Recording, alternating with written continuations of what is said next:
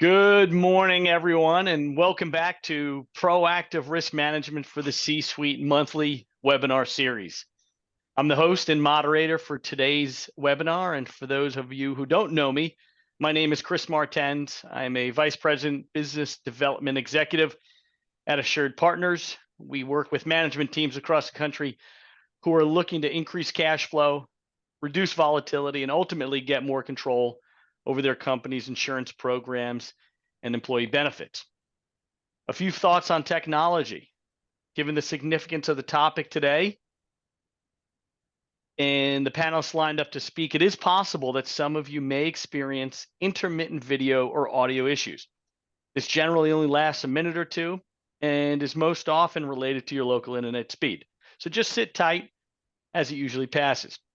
Also, if you're having audio issues, you may want to consider switching from computer audio to telephone or vice versa.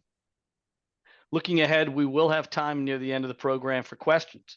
When appropriate, please type in your questions in the question panel of the chat panel.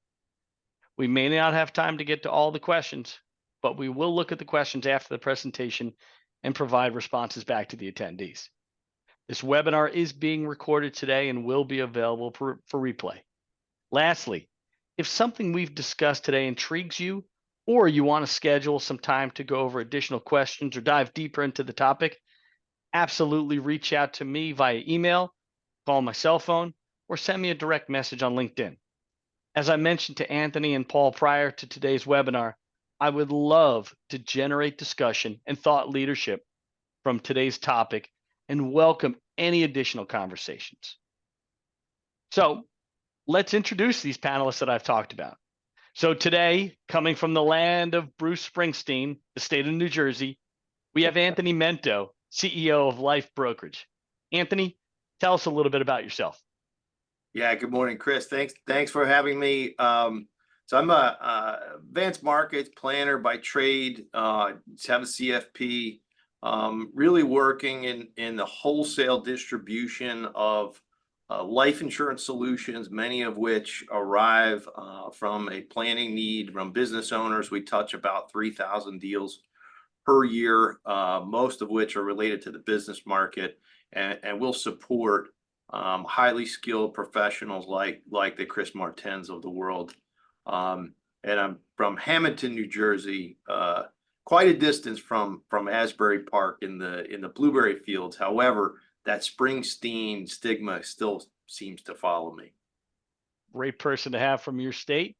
And now moving on, we have Paul Sargent from Principal Financial. Paul, tell us a little bit about yourself. Well, I live in Des Moines, Iowa, where I don't know that there's a lot of famous rock and roll artists that have emerged from our general geographic area. So I'll punt on that part. But yeah, Chris, my role with Principal, I've been here, approaching 18 years, all of which working with business owners and financial advisors, really around a lot of different business planning concepts, whether it's exit planning strategies, executive benefits, estate planning. And really excited to share a few ideas today. I think that'll be really relevant, timely for everyone who joined us here this morning. Love it. And thank you guys both for donating your time and your expertise here for everyone that's going to either watch the call live or watch the replay. So again, our topic today is life insurance in the business market, right? And we're looking to assist and provide solutions to business owners and executives.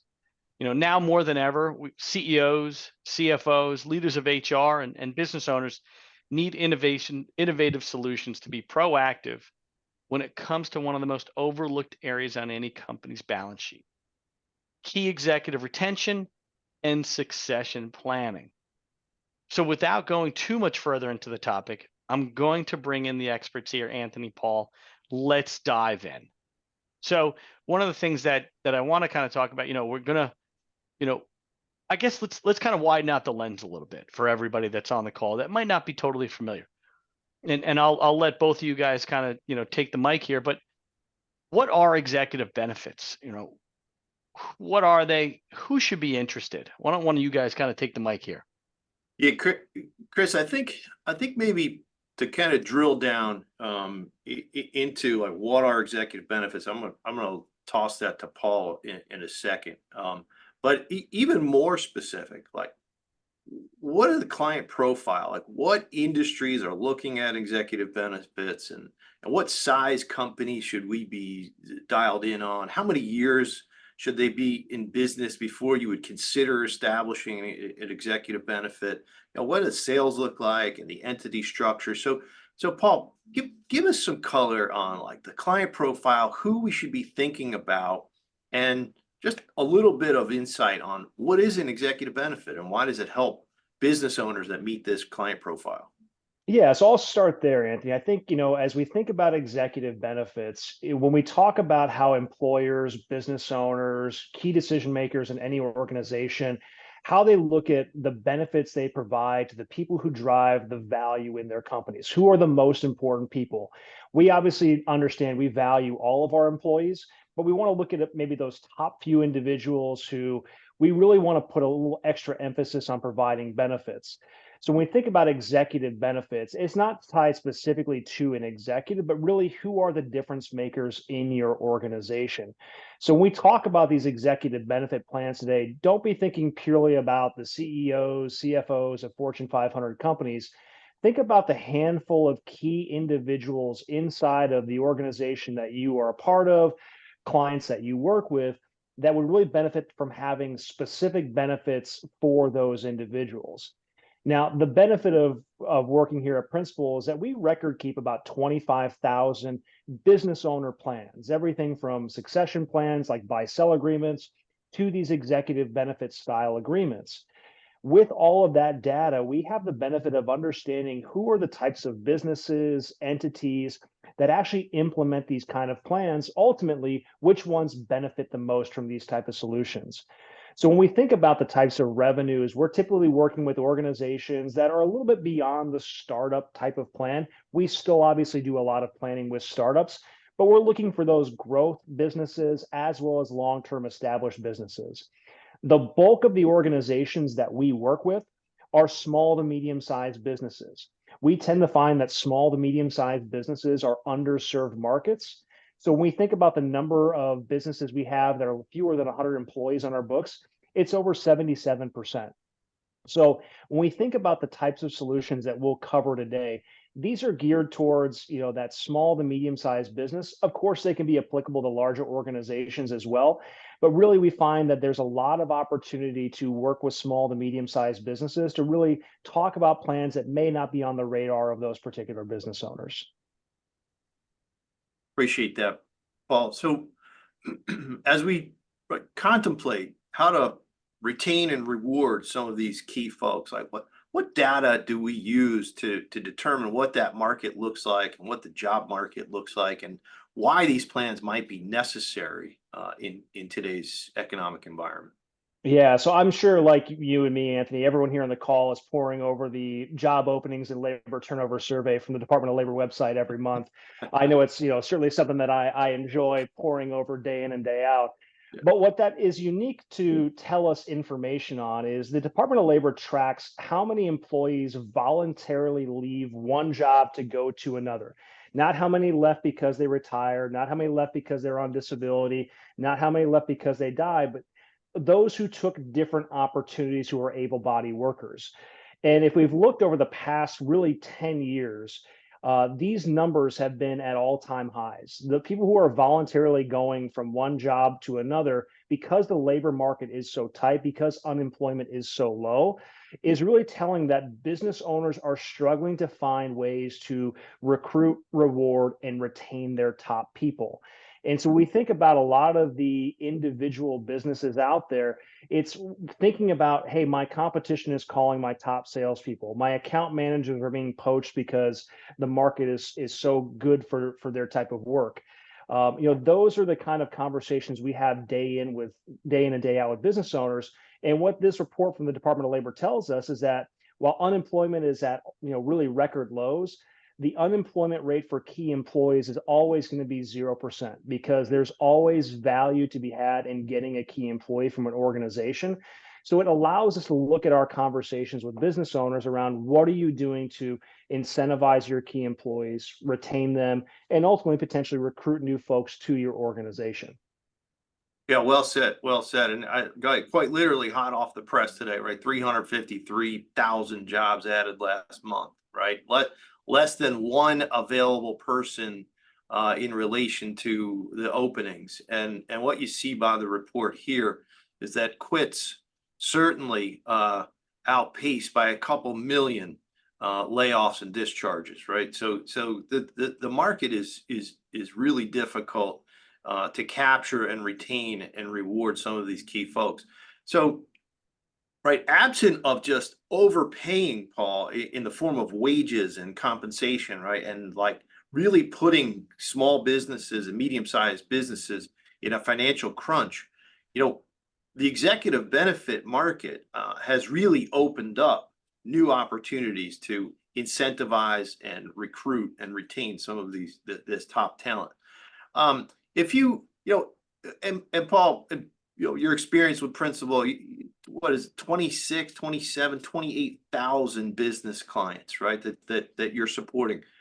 Based on some of the metrics that you've captured as a company, what do you see that matters the most to business owners today in relation to how they've actually taken action and engaged with a professional company like Principal? Yeah, so we survey our business owner clients every single year. And I would tell you, Anthony, for the last 10 years running, the number one concern we hear from business owners is how do I protect my business from the loss of a key employee? That business protection planning is the largest concern we hear from business owners, and it has been that way every single year for the past decade. That trumps, your employee benefits around, health insurance and wellness. It trumps succession planning, qualified plans. Those are still concerns that business owners obviously have.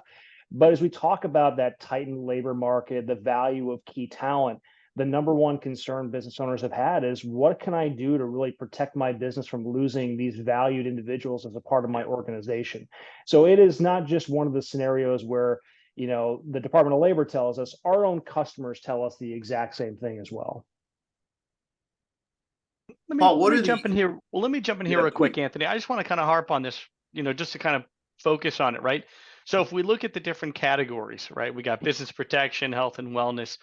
There's two that really kind of almost jump out of the pack, right? If we were looking at a horse race, you got two horses that are really sticking out to me. And number one, that's the non-medical benefits, and two, voluntary benefits. And I think there might be a disconnect between what folks in the insurance industry, the brokerage community, the consultant community might think that business owners are concerned and thinking about. And there's a disconnect because it seems like this is what business owners are thinking about. I'd be curious, and I don't want to put you on the spot, but my guess is that employee turnover as a concern has also increased from, say, 5 or 10 years ago to where it is today. Again, going back to the employment data, there's way more jobs. There's a lot of competition out in the marketplace, Yep. and I think business owners are looking to attract and retain by different methods. And I'd love to if you could talk about that a little bit more. What are the non-medical benefits or voluntary benefits that Principal provides? Yeah, so I think when we talk about those types of benefits, I really categorize them as the rank and file benefits. So we think about, health insurance, group life, group LTD, STD, vision, dental. Those are really the kind of benefits that, quite frankly, as we start talking about the executive benefit space, are the table stakes benefits, the qualified plan, really the benefits that are really valuable to all employees, but are really geared towards the rank and file employees. The voluntary benefits are kind of taking that a step further and looking at, additional benefits on the group life plan, or where we can buy up additional coverage, things along those lines where they are, again, group in nature, where the benefit is tied to, again, more rank and file solutions. What we tend to find is often overlooked relative to those type of solutions are, those benefits are really designed for the rank and file for all employees. Where we tend to have issues, and we'll touch on this in a little bit more detail here momentarily, but really, what can we do above and beyond those types of benefits for the select group of employees that kind of make up that executive management, highly sought after, highly coveted key employee teams.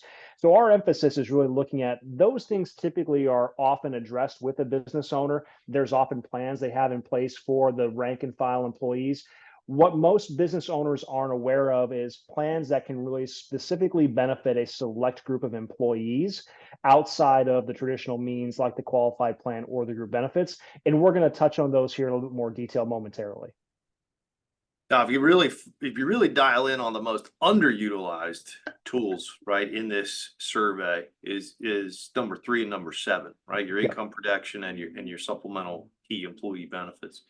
So as we continue to evolve the discussion, Paul, and I'm big on like examples and real life application. What industries are just getting crushed and poached day in and day out that are having the toughest time retaining this top talent? Yeah, so we see a lot in the white collar professional space. Your law firms, your CPA firms, anyone that requires licensure, that is, the additional levels of education. Engineering firms, as we talk about the environment of infrastructure, we talk about architecture, engineering, those are still in pure growth mode in a lot of places around the country. And those highly specialized individuals, because there is such a limited pool, makes them, highly sought after, highly coveted, and more important to those organizations. You'll also see, as I'm sure you're seeing across the country, there's a lot of consolidation in the medical and hospital world where private practice physicians are either being bought out, joining larger hospital organizations or networks. There's a lot of planning that can be done with those smaller entities and organizations to incentivize those physicians, to retain those individuals from out being poached by a larger organization. And that's a very big opportunity to have a planning discussion with those firms. But I would tell you, one of the areas that maybe isn't falling into that true white collar profession that we see a significant amount of, benefit in these kind of plans is in the construction space. Construction across the country, despite interest rates, despite everything else, is still a growth industry. While it's not where it was back in 2016 or 2017, where we tend to find opportunity is a lot of small contracting organizations, medium-sized construction companies, trade organizations, plumbers, electricians. Those are industries where, again, highly skilled, but also looking at a disparity between, day laborers versus project managers, engineers in those organizations. Those individuals are highly sought after. If you've recently built a house or seen a local project on a commercial building, odds are it's never on time. It always is a little bit delayed because odds are they're having staffing issues. And a lot of it comes to project managers, those who can manage subcontractors. Being able to provide specific benefits outside of the rank and file employees for those key individuals is really something we get a lot of traction with contracting and construction industries. So it is a lot of industries that are impacted. But again, thinking about those highly specialized individuals within those companies as well. Appreciate that. So Paul, Chris, as a business owner myself, right, there's so much to do in the beginning of the year, right? We have kickoff meetings, we have budgeting, we have marketing plans, we have sales goals, we are refining our operations. We want to get out in front of our most important customers and see them and touch them and kind of nurture those relationships. Why should the folks on this call be looking at executive benefit type strategies now versus pushing it into a more ideal time like the summer when things can change or slow down a bit? Yeah, great question, Anthony. And I think, really comes down to, why now is a relevant conversation because we're all reconciling 2023 financials. We're looking at what 2023 looked like through that financial lens. A part of that, we're looking at how we compensated our key employees coming off of year-end bonuses, looking at we paid out to really, again, create incentives and value to the ones who drive the most meaningful revenue to our businesses. And a lot of business owners are really thinking about what can I be doing for this subset of key employees? How can I address the executive compensation discussion?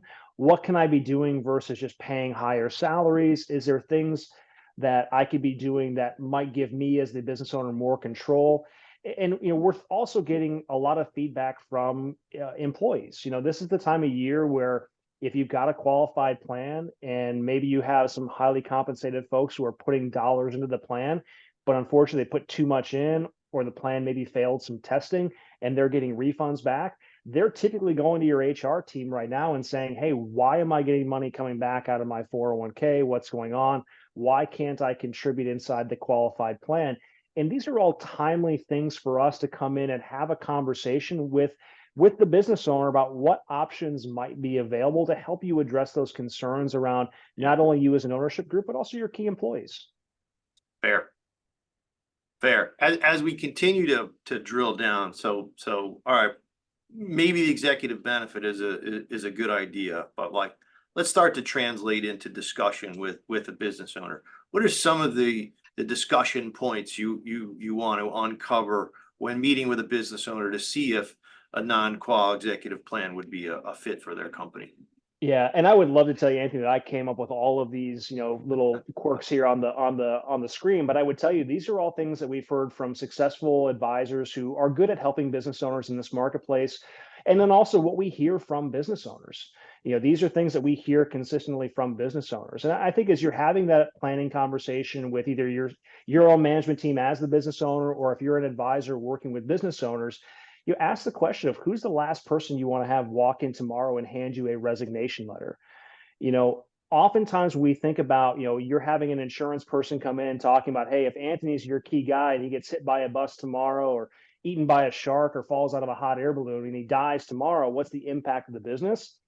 I mean, that's a valid concern, but in reality, he's probably not going to be eaten by a shark, probably not falling out of a hot air balloon. But if he gets a call from a competitor with a competing offer, that might be something that he entertains. So we want to talk about what is the visualization of seeing that key employee walk out the door. The second thing, you're not alone as a business owner. Again, the number one concern we hear from business owners is protecting against the loss of key talent. It is the biggest concern that we hear, because we know that those individuals drive revenue, that they do the work of 2 or 3 individuals. The cost of replacement is going to be substantial, and the impact of the overall business value and revenue is noticeable with their departure. Now, one of the things we can also articulate to that business owner is that, we have alternative solutions than the traditional ways of paying additional salary, putting the 401k in. And unfortunately, there are times where we do see business owners who feel that the only way that they can retain a key employee is by giving away equity to that key employee, giving away stock. We see this in closely held family businesses. It becomes problematic. So we want to make sure business owners understand that there are solutions out there that can help key employees think and act like an owner, but let the owner maintain 100% control of their business. Those solutions exist. Most business owners aren't aware of what those are. We're going to do some brief education today on some of the solutions that exist, but help business owners understand there are plenty of alternative ways to retain key employees. And then last thing, think about yourself as a business owner. One of a large contracting firm we've worked with for many years, they have some of these executive benefit plans in place. They sat on a panel and told us, we create asymmetrical benefits for our asymmetrical contributors. We do look at our employees differently. We love all of our children, but we do look at a few of them a little bit differently because of the value they bring to our organization. We want to make sure that we match the benefits to those individuals based on their contributions to the business. Let me just jump in here real quickly, guys. So here's something that we want to almost address with your small mid-sized business owners is implementing, right?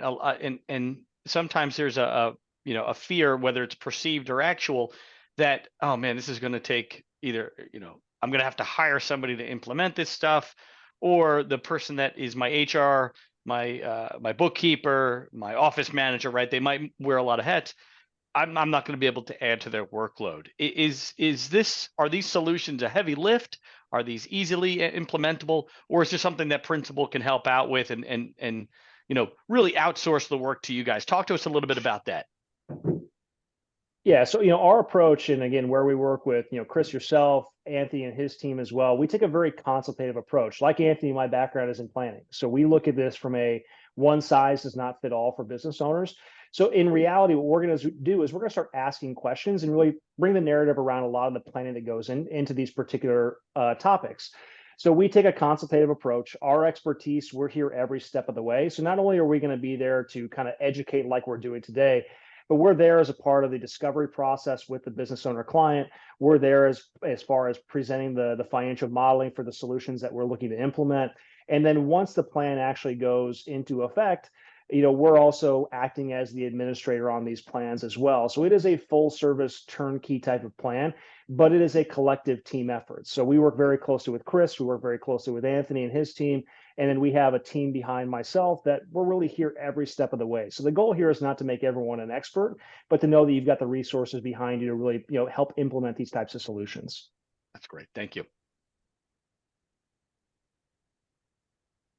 Well said, Paul. So let's just kind of get into it a bit.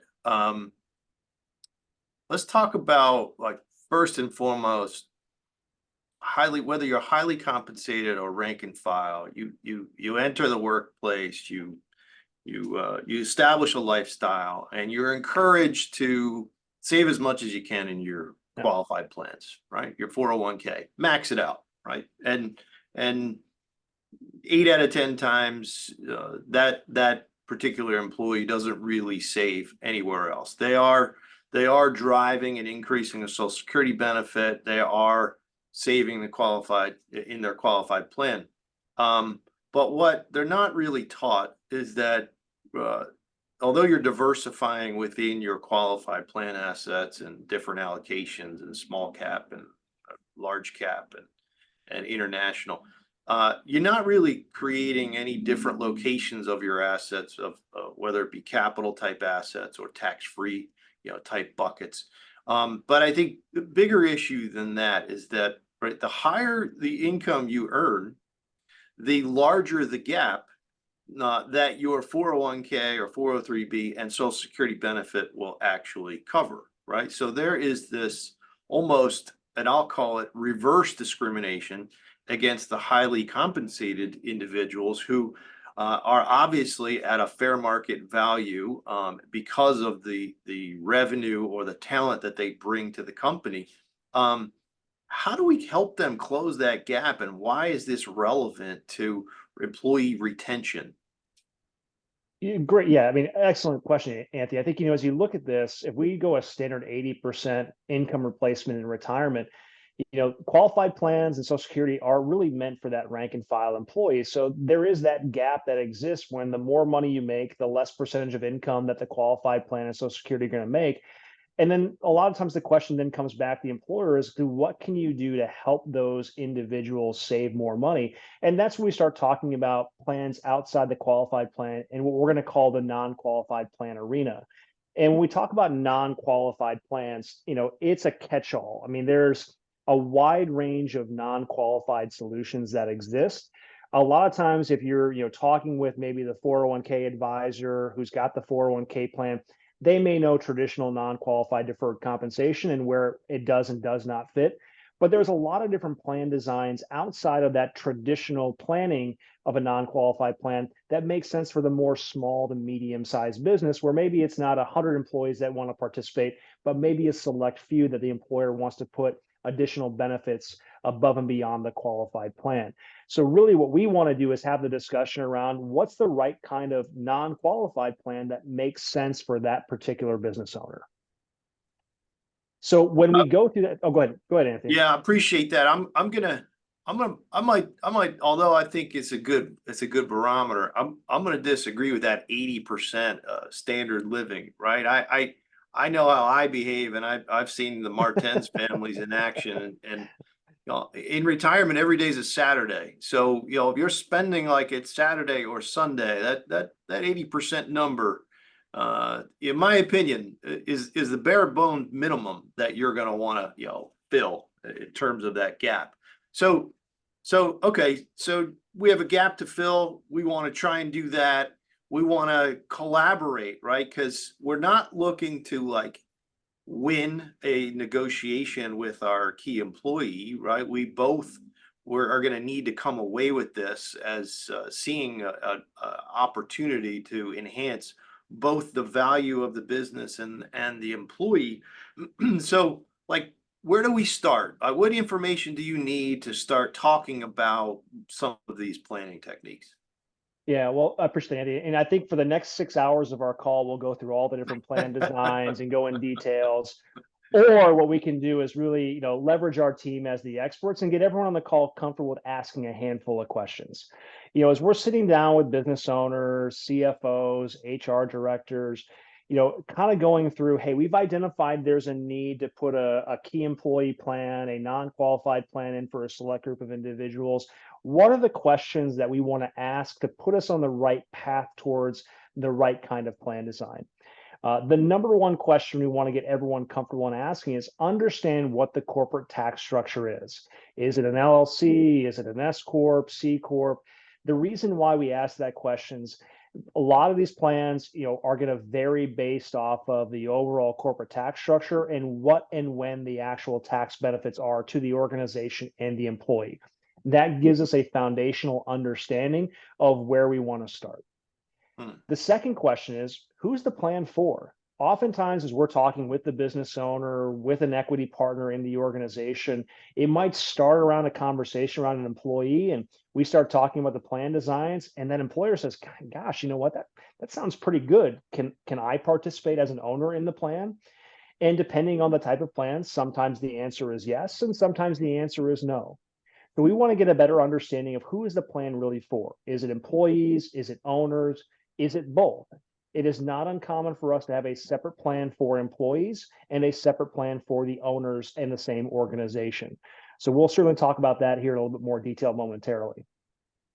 But as we think about those key employee groups, as we're talking to the owner, the last question is really important for us to understand with the business owner as they prioritize the plan for their key employees. Every one of these plans that we discuss at some point in time is going to have a tax deductibility back to the organization because compensation will be paid to the executive. The question we want to know is what's more important to that business owner? Is it control of the plan assets, meaning retention, or is it a current deduction versus a deferred deduction down the road? And I'll elaborate that on a little bit here. So in certain plan designs, if I've got Anthony here, if I want to retain him more, I'm going to put a plan in place where I control the plan assets, not Anthony. If he leaves, I maintain control. The trade-off is when I eventually owe him a bonus, my deduction will come as a deferred deduction. I will get it down the road. I will still get it, but it's not going to be today versus in the future. The trade-off is I control the plan, so I have more of a hand in how those assets are retained as the company asset. The other option would be if I really want that tax deduction today, there are plans where Anthony would then be the owner, be controlling of the plan assets. So he's the owner, he has control. The trade-off I get as the owner is I get a current tax deduction. So we're weighing what's more important to the owner, retaining and controlling, or current deduction and letting the employee have some control inside the plan. And we'll go through an example here in just a moment on kind of really where that makes a lot of sense for business owners.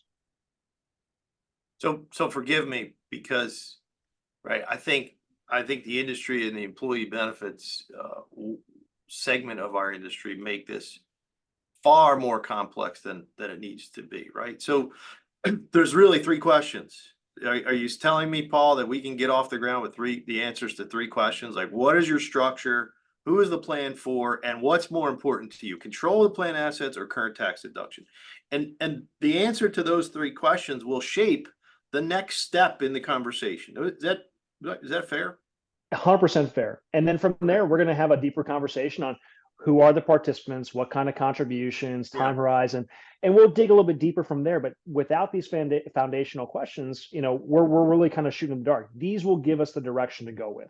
Yeah. So the 36-page fact finder, Paul, that's not necessary at this point in time. I mean, if you're into that kind of thing, I personally wouldn't do it because we have a lot more information that we can do. Again, bringing our team in on the back end. Be comfortable with three questions. Chris, would it be appropriate at this time to just maybe share a very basic structure on how an employee retention plan would work?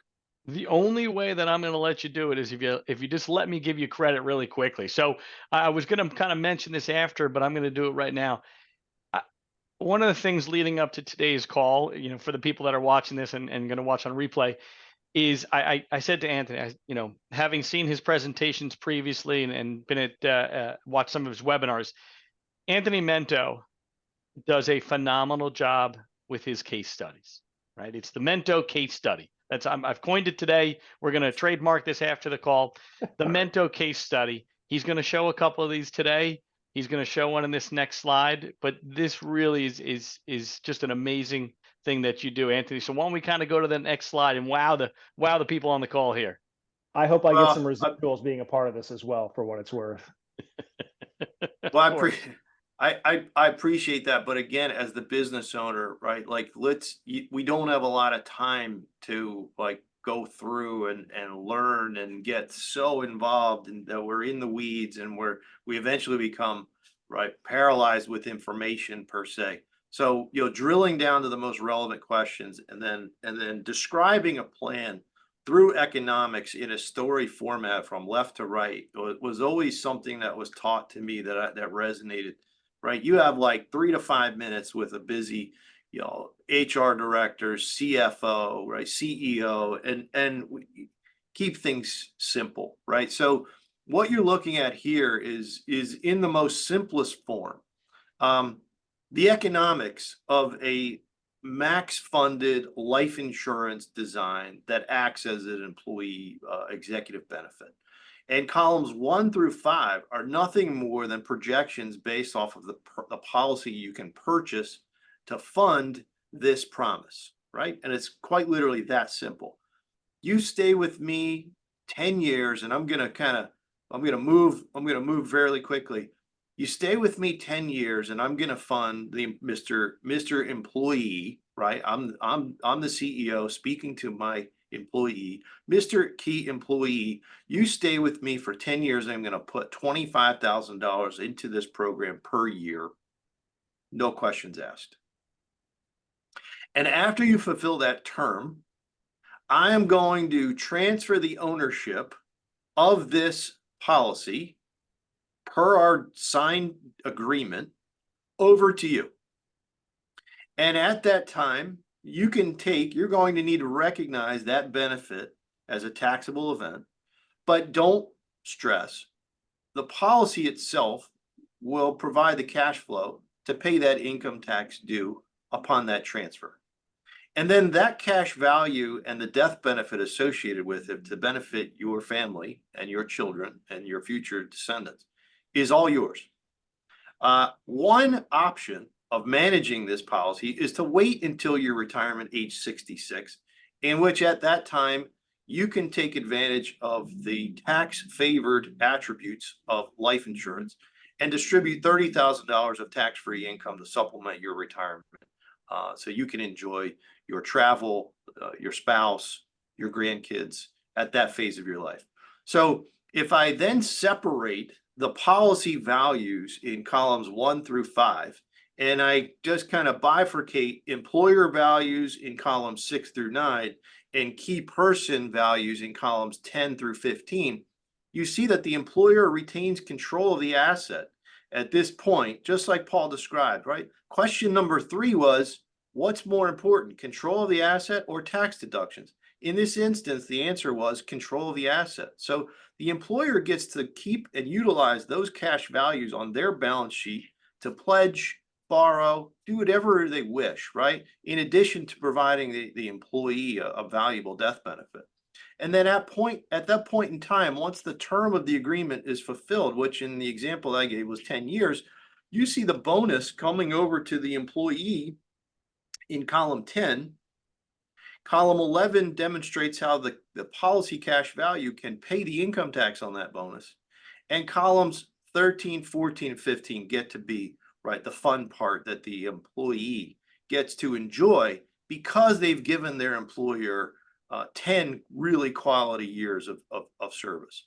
So this is just one example of the strategies that we would employ, that Chris and Paul would employ in trying to build that collaborative effort between benefit to employer and benefit to employee, right? And there's a whole nother segment of this discussion as to why this would be a far better tool than just a simple, cash bonus or a salary increase, right? They seem to be short-term satisfaction type items when you're granting immediate cash. Or this is a more meaningful long-term commitment that kind of again meets that collaboration point between benefit employee, benefit employer. Anthony, let me kind of just jump in here if okay. And I just want to kind of ask some simple questions. So, you know, let's say, an employer implements something like this, right? And they contribute $25,000, right, into the plan for 10 years. And, everything works out as planned. Employee gets $30,000 a year, net after taxes, right, for 20 years. And let's say they pass away peacefully in their sleep after 20 years at age 85, 86, the family still gets a tax-free death benefit of what is that, $352,000. So employer puts in $25,000 for 10 years, $250,000. Employee gets tax net after tax $600,000 over 20 years, and his family and descendants get $350,000 income tax free. To me, it's an absolute no-brainer. Plus, you have an attraction and retention tool in the front end for the employer. Absolute no-brainer, Anthony. Thank you. You understood that to be correct, Chris? Yeah. Yes. I mean, absolute no-brainer. Yeah. So as we continue to evolve and we talk about employee benefits, they don't always have to be supplemental income type benefits. It could be as simple as just providing the family some additional income replacement, right? The number one reason that our industry or life insurance companies manufacture product, and the number one sales application is income replacement, right? Quite literally, and it's a math equation. If you're 30 years old and you have $200,000 of income to replace through your expected work tenure of 40 more years, it's a math equation, right? We need to replace the income in the event of premature death. And we can apply that similar formula to life insurance, disability insurance, right? And it's fairly simple. Paul, I think we'd be remiss to kind of skip over the ability to just talk through some of these non-retirement type benefits and more protection type benefits, utilizing some of the underwriting programs and structures that Principal has taken the time to create to cater to their 28,000 business customers. So can we dig into one of the term programs that you may offer a business owner? Yeah, and I think what's the best way to do that, Anthony, is to illustrate what we're really talking about. So we think back around the supplemental retirement, how, again, those plans, 401k plans, group benefit plans are really meant for the rank and file employees. When we talk about group life insurance, the same thing is typically the case. You're typically seeing, limited benefits where, most businesses don't have a group life plan with more than $75,000 of employer provided group life insurance to their employees. In this example that we're showing here, they've got a $50,000 group life benefit. Again, for your employees who are making 50, 60 grand a year, that $50,000 is roughly 100% salary replacement for that individual. But if we start thinking about the CEO, the senior VPs, those highly compensated folks, if you look at that CEO making $350,000 a year, that same $50,000 benefit is a fractional percentage of income replacement in retirement. So what we're really looking at, while these plans are designed to be non-discriminatory, to Anthony's point earlier, there's actually a little bit of reverse discrimination going on because the income replacement to those executives isn't the same as it is to a rank and file employee.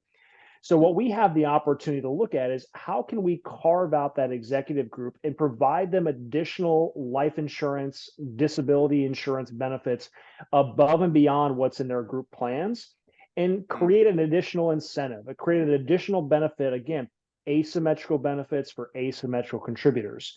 In this scenario, we have the ability to get a standalone guaranteed issue life insurance or disability policy. Here we're illustrating the life insurance piece where it's done for the executive group. So we're looking for the white collar management executive levels, And we can design this to either equalize the benefit, meaning give them 100% salary replacement, or oftentimes owners want to provide a benefit above and beyond that. They want to provide a multiple of life insurance benefit to their employees.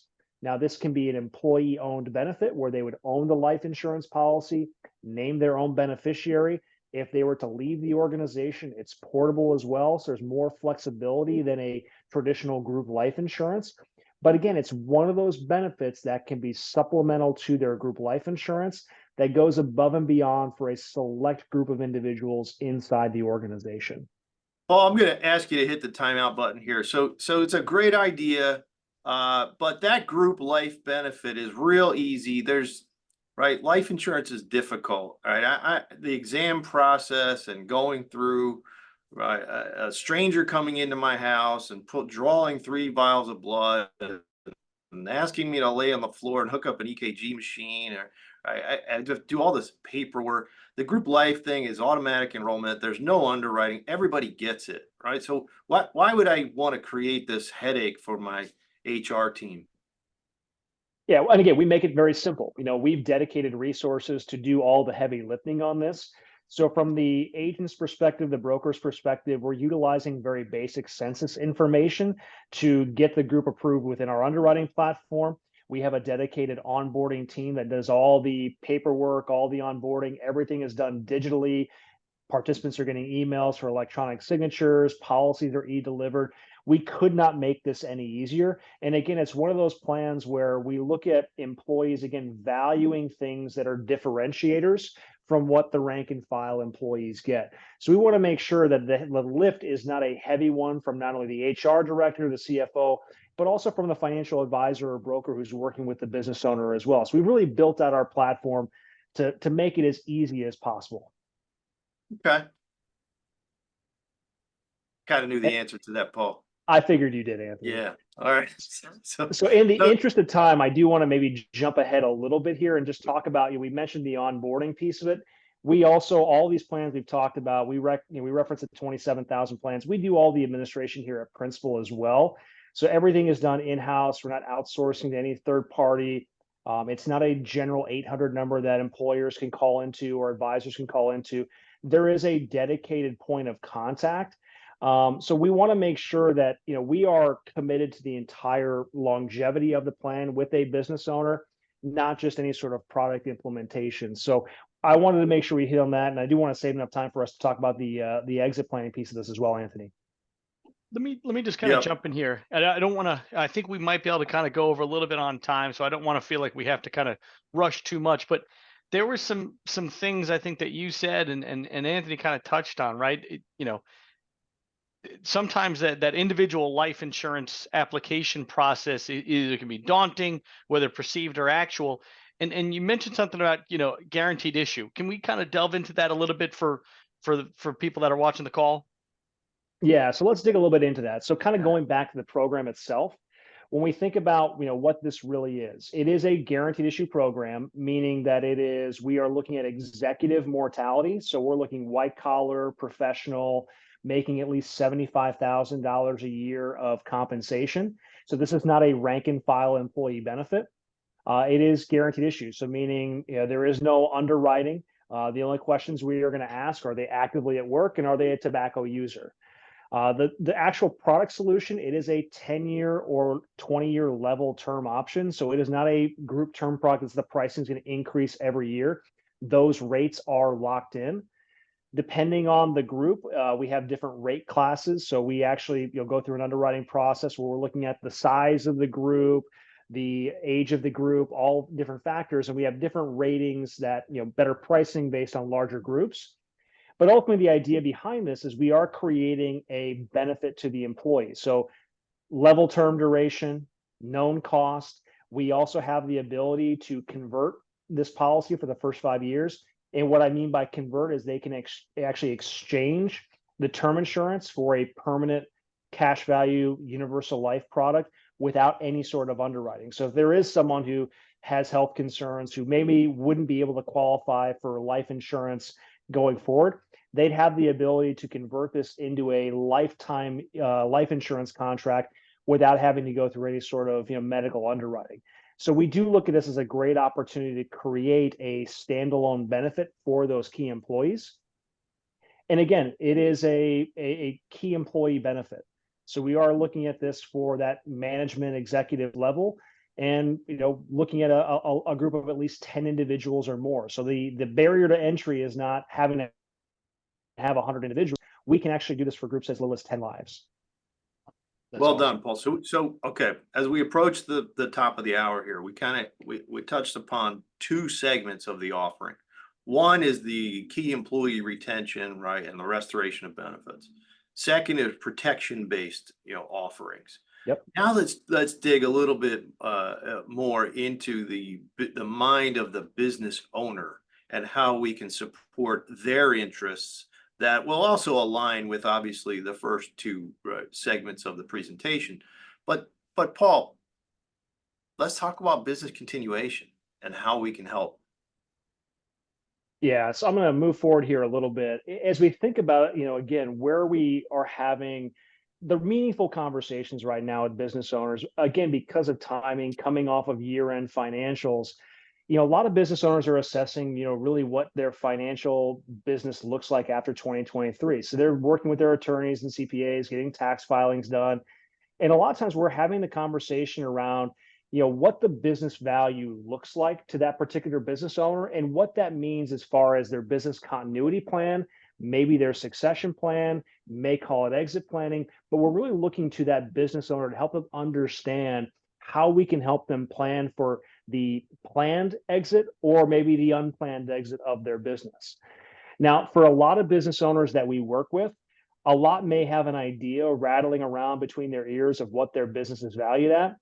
I would tell you the last 3 or 4 years, for some odd reason, have had a meaningful impact on a lot of businesses, whether it's interest rates, whether it was that kind of global pandemic thing that happened.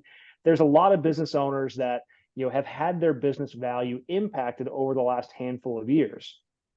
In addition to this, again, not a terminology that I came up with, but I read a few articles referencing the silver tsunami of baby boomers who are looking to transition their businesses over the next handful of years.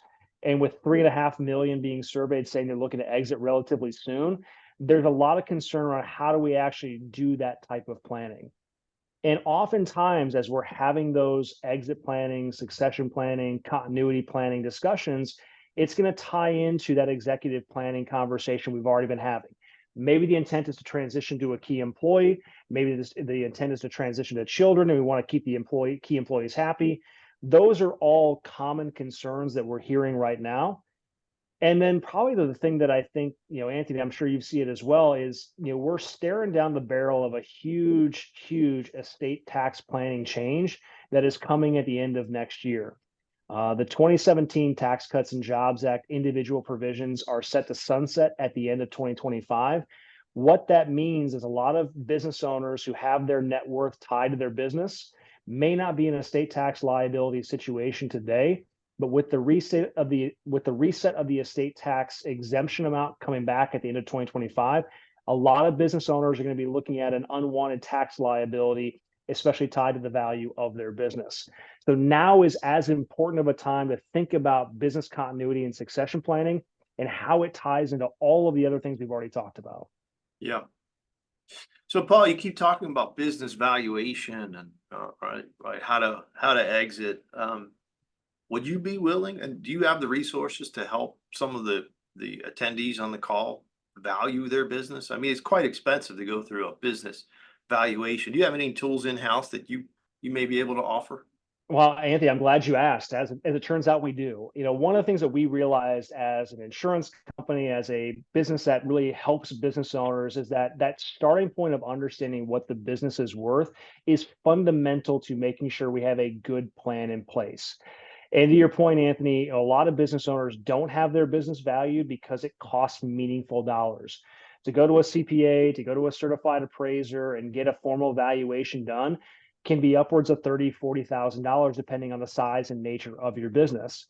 If we're looking at, utilizing that value to have a planning conversation, most business owners aren't willing to spend those types of dollars to simply understand how we should be incorporating insurance into our buy-sell agreement, into our continuation plan. So back in 2008, Principal rolled out an informal business valuation program.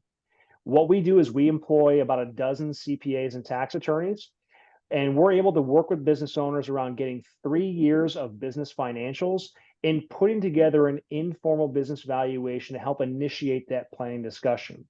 So what we're looking at in this valuation process is helping that business owner get a baseline understanding of what the business is worth, to talk about how we can incorporate risk management strategies into their buy-sell agreement, into their exit plan, into the estate planning conversations as well.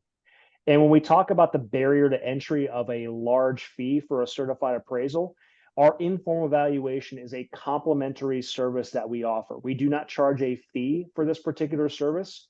We do about 100 of these valuations every single month for business owners across the country. And the idea is that we're able to help them understand where to initiate that planning conversation around buy-sell funding, estate planning, and ultimately all the things that go with business planning around executive benefits and key employee retention as well. Incredibly valuable, right? You can't really plan without a valuation. You're kind of like driving without GPS, right? It's a very difficult thing to do, and it will naturally evolve into buy sell discussion, which we're going to take up in the next slide, which I believe is arguably the most valuable service offering that Principal will showcase, because 9 out of 10 valuations will uncover something that may be out of place, right? If it's a stated value that is like hasn't been updated since 2014, that was supposed to be updated at the annual shareholder meeting. Well, not all small businesses have an annual shareholder meeting, right? You tend to go to out here, at least in the South Jersey area, you go catch a Phillies game and you talk about your strategic plan. You don't restate the valuation, which causes a lot of conflict. How many documents we get that are unsigned or can't even place them, or the book language of the disability doesn't match the definition of the policy. There's just so many things that kind of go undone, and that is like eye-opening to a business owner, that actually stopped surprising me as we continue to look and offer this service. Paul, give us a little color about, right, what is a buy-sell review and why it makes sense. Yeah, and I think you hit a lot of the key bullet points there, Anthony. We talk about with business owners, they're busy working in their business. Rarely are they spending time working on these kind of aspects of their business. Oftentimes we find with business owners is maybe they have an operating agreement, maybe they have a boilerplate buy-sell agreement that they worked with years ago that they shoved in a desk drawer and hasn't really been updated to reflect any changes in their business. We recognize that a lot of business owners don't have the resources to really sit down and really do an audit of this document with consistency and with expertise. So one of the things, again, in addition to the business valuation that we'll do, our attorneys will also do a complimentary review of that buy-sell agreement. And what the review is intended to do is really do a check and balance against what we would consider the best practices, making sure there's provisions around what happens if a partner dies, what happens if they become disabled, what happens if your partner gets divorced, because it'll never be you, it'll always be your partner. What happens if there's a dissolution of the business? Is the value determined correctly? Is it updated the right way? As Anthony mentioned, is the dang thing signed? We see things like that all the time. As an example, we reviewed a buy-sell agreement a couple of years ago that was drafted in 1985. I won't tell you where I was in 1985. I was around, but I won't tell you where I was. But it had not been updated in over 30 years. Inside that buy-sell agreement, there was 2 owners with a stated value of each of $1 million. So establishing a $2 million valuation. When we reviewed the buy-sell agreement, the business was worth over $30 million. The reason why this is important, and thank goodness nobody died, had one of those partners died, all that would have been owed to their surviving spouse was the $1 million, not the 15 million, the 50% of the 30 million. So they avoided a huge pitfall in planning by not updating their agreement. Simple things like that don't seem like a big deal on paper are actually devastating financially long term because these are legal bound documents. So we look at this as a chance to do best practice review. It's not a, hey, your attorney's not smart for doing it this way, they should be doing it this way. It's really about we're checking a balance against our best practices. And keep in mind, you as the advisor working with the business owner, our CPAs, our attorneys will work with you as well. They don't charge fees for their service on here to have conversations with business owners and their professionals around, what our findings would particularly be. So it is a complimentary service. It is something that business owners should be doing this time of year as they're reconciling year end. And it's a great opportunity to provide great value to your customers. Let me just make one point right here, and it's kind of a half-baked idea, but as you gave that example, Paul, right, of the two business owners, right, that had put in the buy sell, back in 1985, and they had the 2 million of life insurance. Doesn't this really illustrate why buy sell agreements probably should have more permanent life insurance, right, that builds the cash value and grows over time as the business does? Talk to us a little bit about that. Yeah, and again, throughout our analysis, we're going to work with that business owner to again determine what makes the most sense for their particular business. There is not a one size fits all approach to what we do. If we are looking at plans that have multi-purpose use, like long-term cash value life insurance relative to low-cost term insurance, we're going to assess those needs based on the business owner's overall goals and objectives. So it is not something that is a standard boilerplate review that we just copy and paste the business owner's name on. It is something that we do take very serious as a part of the planning discussion. And I think one of the things, Chris, in addition to that we oftentimes will see is there are lots of business owners that don't have any sort of agreement. Right. This is very common in family-owned businesses where, hey, we don't need an agreement. We're family. Right. It's why we need a written document. Well, I would tell you, everyone here in the group, is blood is thicker than water until what gets involved? Money, right? So I tell this story everywhere I go because it's one of the most impactful experiences I've had in this business. About 15 years ago, we came in after the fact to help a surviving business owner kind of deal with a unfortunate situation. So we had a local chain of pizza restaurants on the West Coast where it was two brothers who owned this business, who had built it from the ground up. Very tight-knit family business, very tight-knit family. Well, one night late, one of the brothers is closing down one of the restaurants. He hops in his car, he drives home. He fell asleep at the wheel and wrapped his car around a tree and was killed. So we fast forward a couple of weeks and we've buried a father, we've buried a husband, we've also buried a business partner. We have to settle the business interest. Now, the good news was a couple of years prior, they had an agent who came in and sold them life insurance that they owned on each other as a part of a buy-sell agreement. The challenge was they didn't have a formal document in place. It was a handshake agreement. The intent was if one of the partners died, the insurance proceeds that went to their spouse would be used to buy out the remaining shares in the business. So if you can imagine a boardroom table, on one side you have the surviving brother, his wife, and their attorney. On the other side, you have the widow and her attorney. And they're there to settle the business interest. The widow says, I have no intention of being a part of the business. I inherited my husband's shares when he died. I know you have the insurance proceeds. I will go ahead and sell you the shares, and you can use the insurance proceeds to pay for it. Again, what their intent was at the onset. The brother-in-law's verbatim response was, if you think the business is worth that much, I will gladly sell you my half. And he kept the insurance proceeds. Now, what's the next step?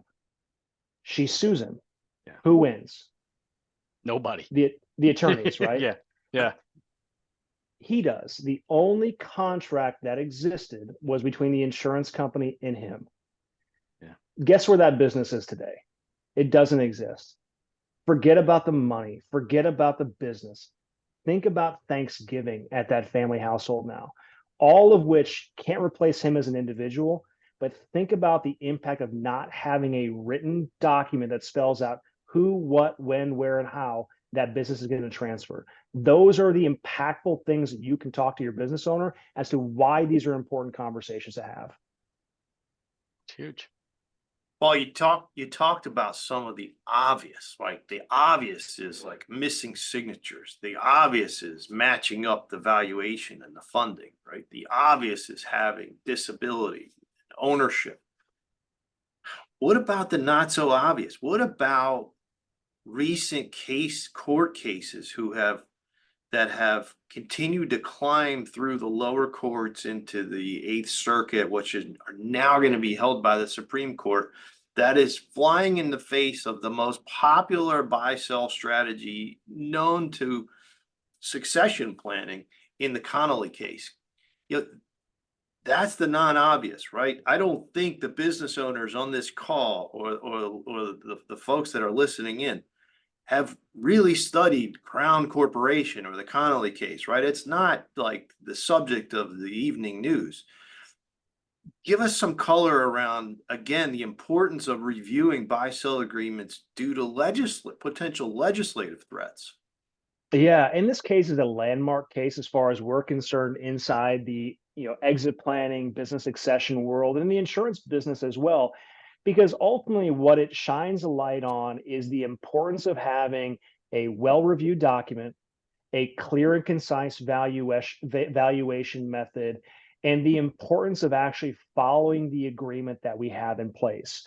So the very basics around this particular case is you had two individual brothers who owned their particular business. One of those brothers passed away. There was insurance that was owned by the organization as a part of an entity purchase agreement. And there was a challenge that came up when there was a unclear valuation method inside of their buy-sell agreement. As a result, the IRS stepped in, they worked together to determine the right amount of actual value that should be transferred upon death. And then insurance was used to then buy those shares back from the deceased owner's estate. However, one of the considerations that wasn't taken into account is that the IRS did incorporate that those death benefit proceeds actually increased the value of the company because that cash flow came back to the business. As a result, it triggered an additional roughly $1 million of estate tax liability back to the deceased family's estate. Now, our thought process around really the importance of having well-documented, well-drafted agreements is that potentially these concerns can be alleviated through clear, concise valuation methods, following those methods, reviewing them consistently, tying the specific life insurance being required to purchase the shares.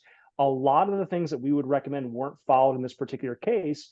And as a result, it's shining a light based off of additional tax liabilities that are now due and are being challenged now going in front of the Supreme Court of the United States. I mean, Anthony, what are your opinions here? What are your thoughts? And how are you hearing advisors talk to their clients about this? Well, again, just the importance of a review, and if we can restructure the agreement, if it without too much friction to a cross purchase, we're doing it just to take all the guesswork off the table. Now, if there's legacy and multiple partners, and then we're rethinking things and just keeping a real close eye on what the next couple months will bring, or the next several months will bring through the legislative process. But yeah, Paul, recommending to convert to a cross purchase if at all possible. Yeah, absolutely.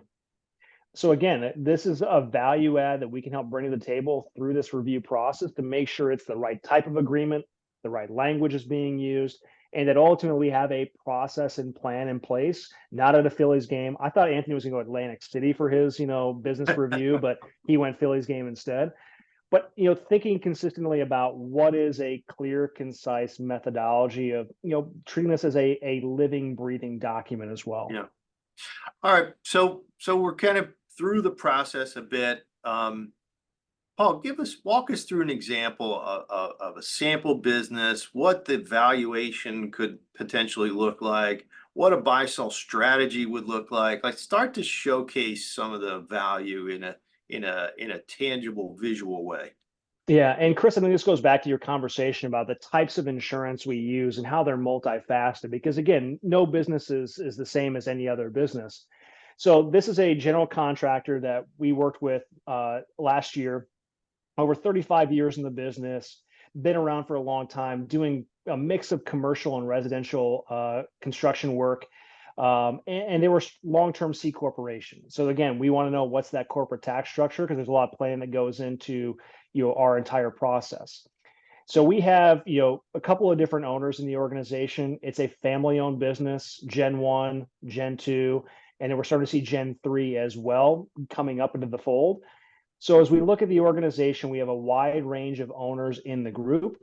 And the 71-year-old and the 58-year-old are starting, one, looking more closely as exiting out of the business, but are starting to think about their eventual exit out of the business and looking to the next generation to take over. So we really wanted to address not only how do we manage the risk in the buy-sell agreement today, but how do we start thinking about transitioning the older owners out of the business? How do we help a living buyout strategy as well? So as we look at the valuation, and again, as a part of our process, we look at 5 different valuation methods, and we're going to highlight the one that's most relevant to their particular industry. And then we're going to assess based on the ownership group, what is their liability if one of them were to pass away or get disabled inside of their buy-sell agreement, as to what that liability should be covered with an insurance product. Now, as we look at this business, it had been around for a long time, so their growth assumptions, we were using relatively modest ones. But ultimately, one of the things we look at whenever we're having a planning discussion is, what's the makeup of the business? What are they trying to accomplish? And then how can we deploy assets to help figure out and solve those particular problems? As you can see, the value today, there's a lot of insurance that we needed to purchase on a wide range of individuals in the organization. So the question is always, how do we fund those?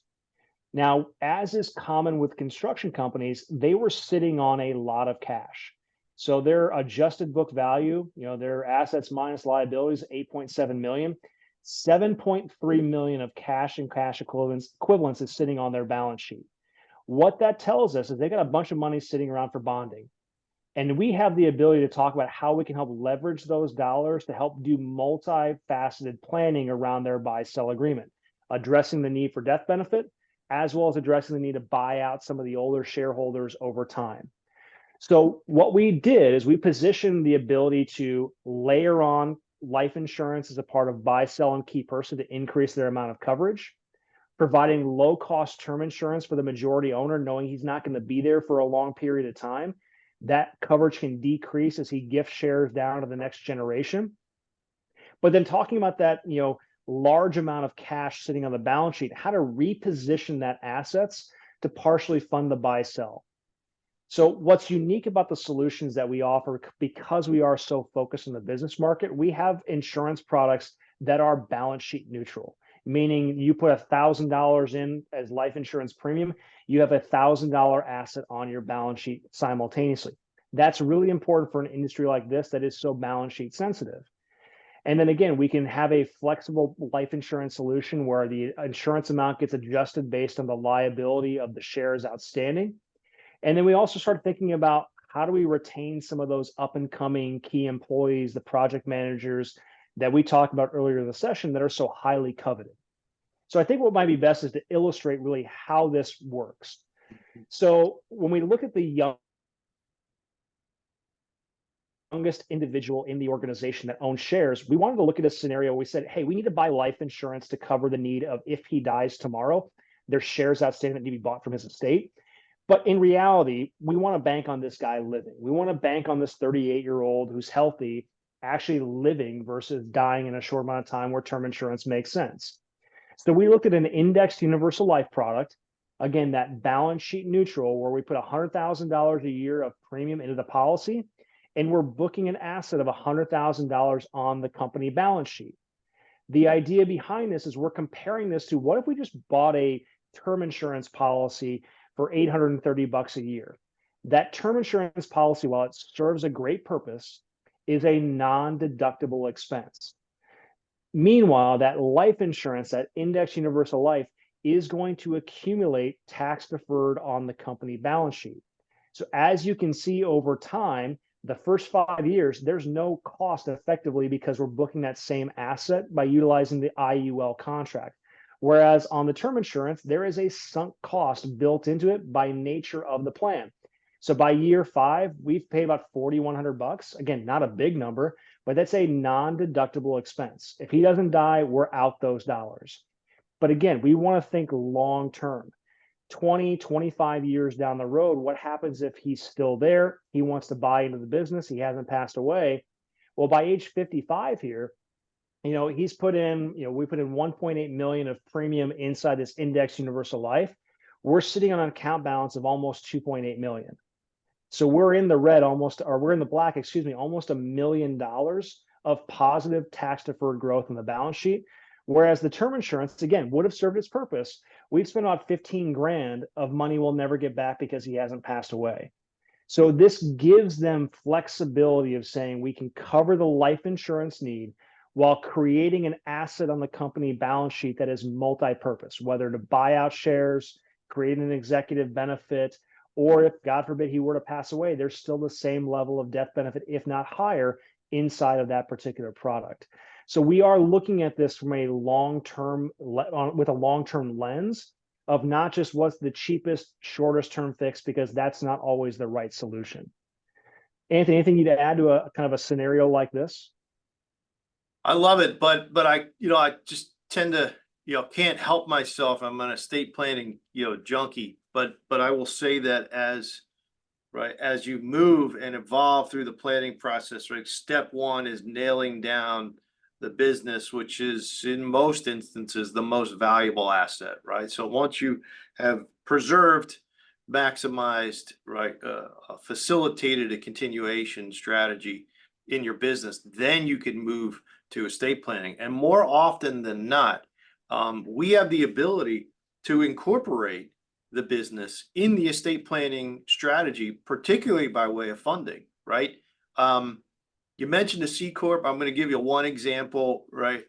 If you can advance to the next slide, Paul, like there are some advantages to creating personal wealth through the use of the business, right? And, way back, there's a gentleman named Bob Ritter who built arguably the most valuable software tool in the life insurance industry. And he always taught, if your corporate bracket is higher than your personal bracket, then you want to take distributions to go out and create personal wealth. Yet if your corporate bracket is lower than your individual bracket, then you want to lend cash to create personal wealth. To avoid this and take advantage of this arbitrage and avoid the double taxation. So in the world of C Corps today, right, the federal corp rate is 21%. In the world of a high net worth, high earner individual, the individual tax rate is 37%, right, absent of any state taxes. So in this instance, wouldn't it be more advantageous to lend money from the C Corp over to the business owner's family dynasty trust to facilitate wealth creation outside the taxable estate? So, I think I carry this conversation on for well longer than we have today. But in this 18 column spreadsheet, what I'm showing is that exercise, right? How to arbitrage the corporate checkbook and the corporate income tax environment to create personal wealth. So, I think that's a whole nother, webinar in itself, but just another example of how once you're able to nail down your business and make certain that it will succeed you at least for another generation, hopefully 2, 3, or 4, then you can really start to dial in and complete your estate planning. But the business is typically the most important component to an overall estate plan. And don't overlook the ability to couple the business asset with creating personal wealth and wealth transfer for the next generation and hopefully 2, 3 additional. So, without any further discussion on this subject, I'd like to turn back to Chris. We're a bit past the top of the hour and bring this to a close. Guys, I can't thank the two of you enough. Truthfully, that has been, that was a lot. And we probably, I think at one point Paul said we could probably go 6 hours here, and we won't do that for everyone's benefit. But guys, that was so so much packed into a short amount of time. You know, unfortunately, we're not going to be able to get to any of the questions that were kind of submitted, or, you know, dive a little bit deeper into any of these topics. But, you know, I will say that we will have the materials that were shown today, you know, the Mento case studies, which again, I'm going to go trademark, you know, for Anthony's benefit after today's call. And I want to thank you guys both. Truthfully, that was a terrific job. I want to thank everyone online for attending. I hope it was educational and beneficial. I know it was. We are going to make the recording of today's session available probably in the next day or so. But again, thank you, Anthony Mento. Thank you, Paul Sargent. You guys absolutely crushed it today. And please, if there's any questions, you know, if anybody wants the materials, email, call, you know, send me a message on LinkedIn, or, you know, reach out to Anthony and Paul directly. You know, they're not exclusive to Chris Martens, although I feel like I did make them today. These guys, they deal and they work with everybody out across the country. So please reach out to me or reach out to these guys directly. But I just want to thank everybody. This has been definitely one of the best that I've ever put on. So thank you guys. And with that, I'll say everyone, thank you and have a great day. Thank you. Thank you. Bye-bye.